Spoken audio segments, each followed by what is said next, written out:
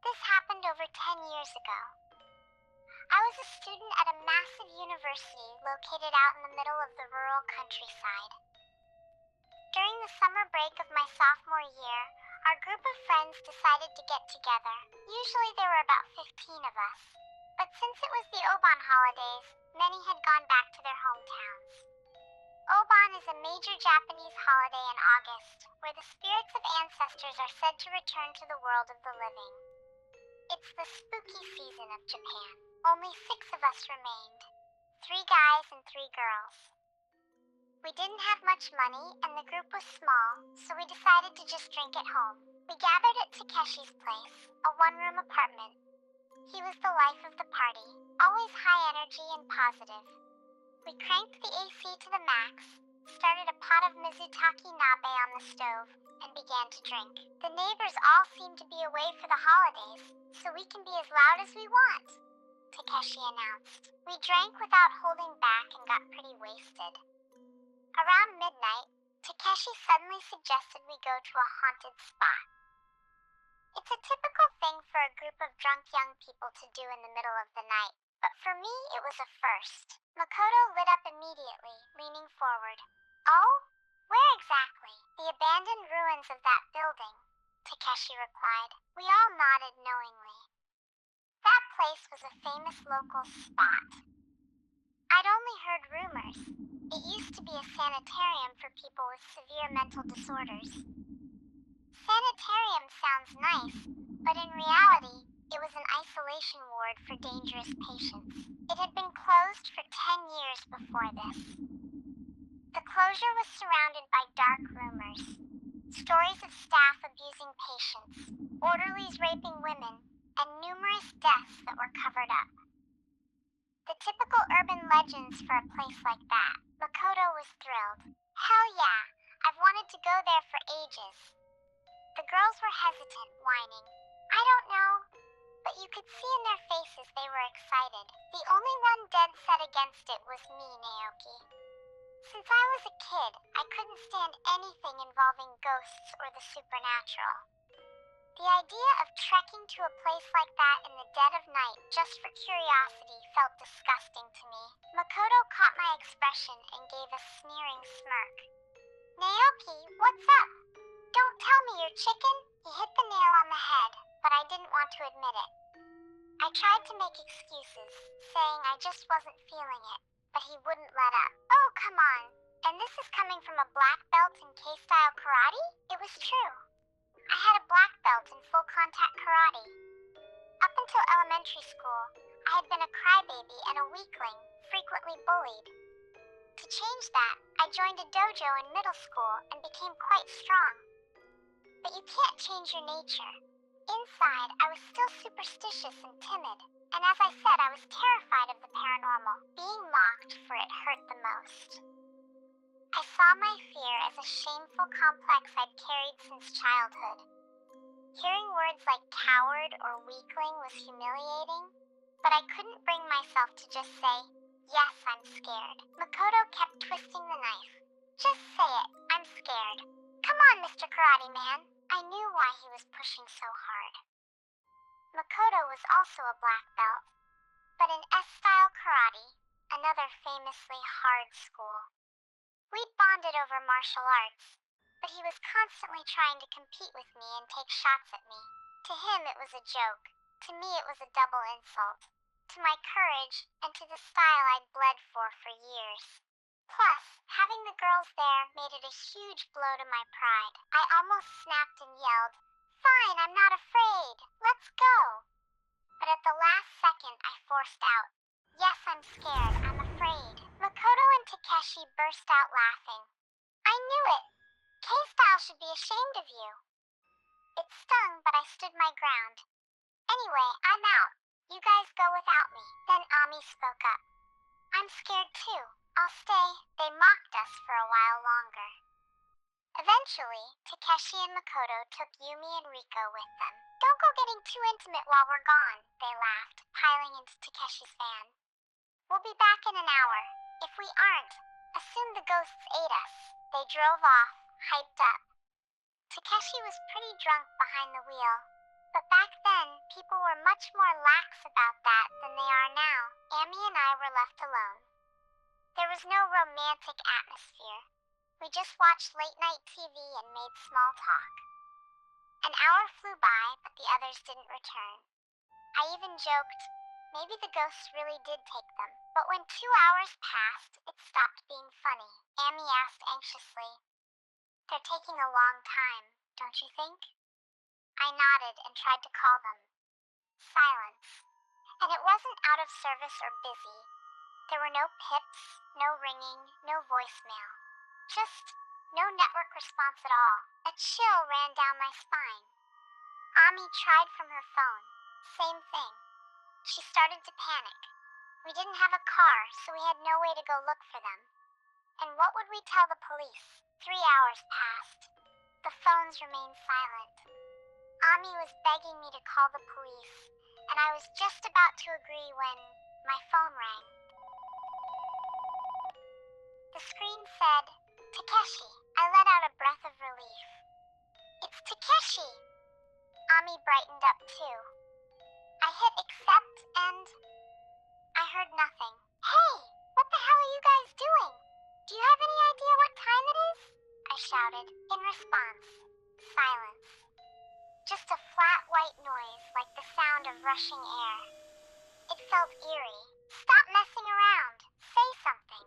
Where are you?" I froze with the phone to my ear, and suddenly, out of that white noise, a low but distinct voice came through. "Give back." Then the line went dead with a dial tone. The voice was unfamiliar. It was a short word, but the sound, it was wrong. It wasn't Takeshi or Makoto or Yumi or Riko. I couldn't even tell if it was male or female. It was emotionless, with slurred articulation, like a machine talking. Give back? What did it mean? I still remember that voice so clearly it makes me shake. I looked at Ami. She saw how pale I'd gone. I went into my call history to call him back, but there was no incoming call from Takeshi. That's weird. It's not in the list. But I saw his name. Ami started trembling. "What do you mean it's not there? Then who was it?" I couldn't explain it. I dialed Takeshi myself. This time it rang normally, but no one picked up. Ami called the girls. Same thing. We decided to call the emergency line, and at that exact moment, Takeshi's van screeched up to the house at a terrifying speed. We heard him slam on the brakes without even pulling into the parking spot. The engine was still running, the headlights were on. Doors flew open, followed by the sound of heavy running. Suddenly, someone began pounding on the apartment door so hard it felt like they were trying to break it down. "Open up! Open the damn door!" It was Takeshi's voice, but it was a scream, almost a shriek. I rushed to the door. Makoto and Takeshi burst inside with a non-human, rasping sound. They didn't even take off their shoes. Makoto scrambled into the corner, clutched his head, and began to howl.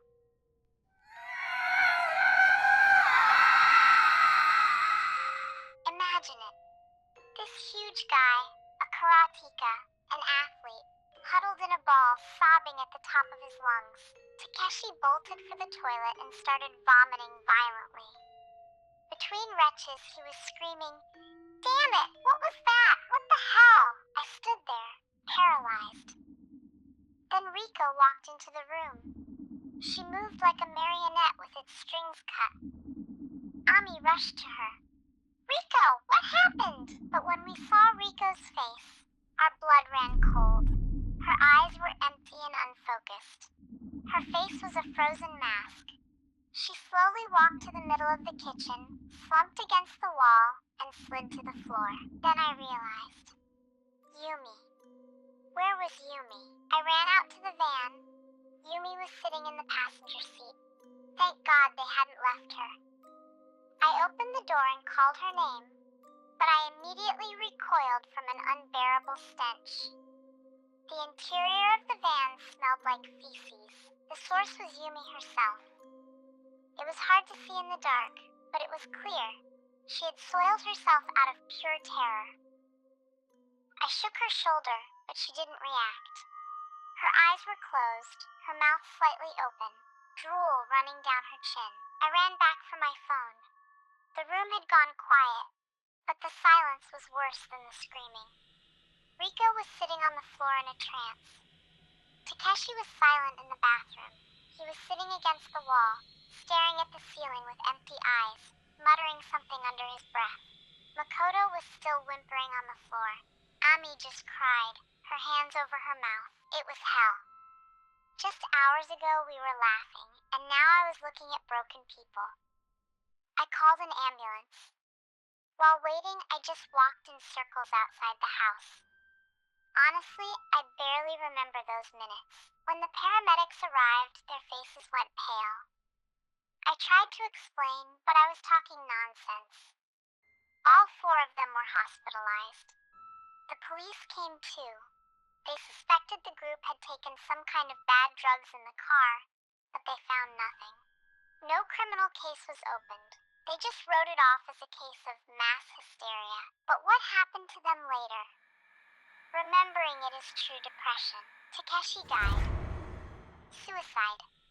2 days after being admitted, he suddenly ran out of his room, bolted up the stairs to the top floor, and threw himself out of a window. They said he'd been quiet, then suddenly shrieked and lunged for the door. No one could react in time. Makoto died too. The cause is still unclear. A week later in the hospital, he suddenly began thrashing in his bed, let out a strange cry, went limp, and passed away. Heart failure?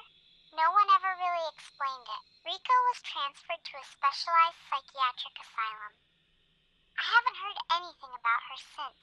Yumi was the least affected. She was discharged after a week, but she never truly recovered. Constant psychiatrist visits? She dropped out of university. She has no memory of losing control of herself in the car. Some kind of shock erased the memories. Once Amy and I visited her in November. She seemed cheerful. She was laughing. We didn't touch the subject. But her parents told us that if they even gently try to ask about that night, she'd fall into a violent state of hysteria. Yumi is the only one left who is relatively in her right mind and knows what happened there. But she remains silent. Amy is married now. She has kids.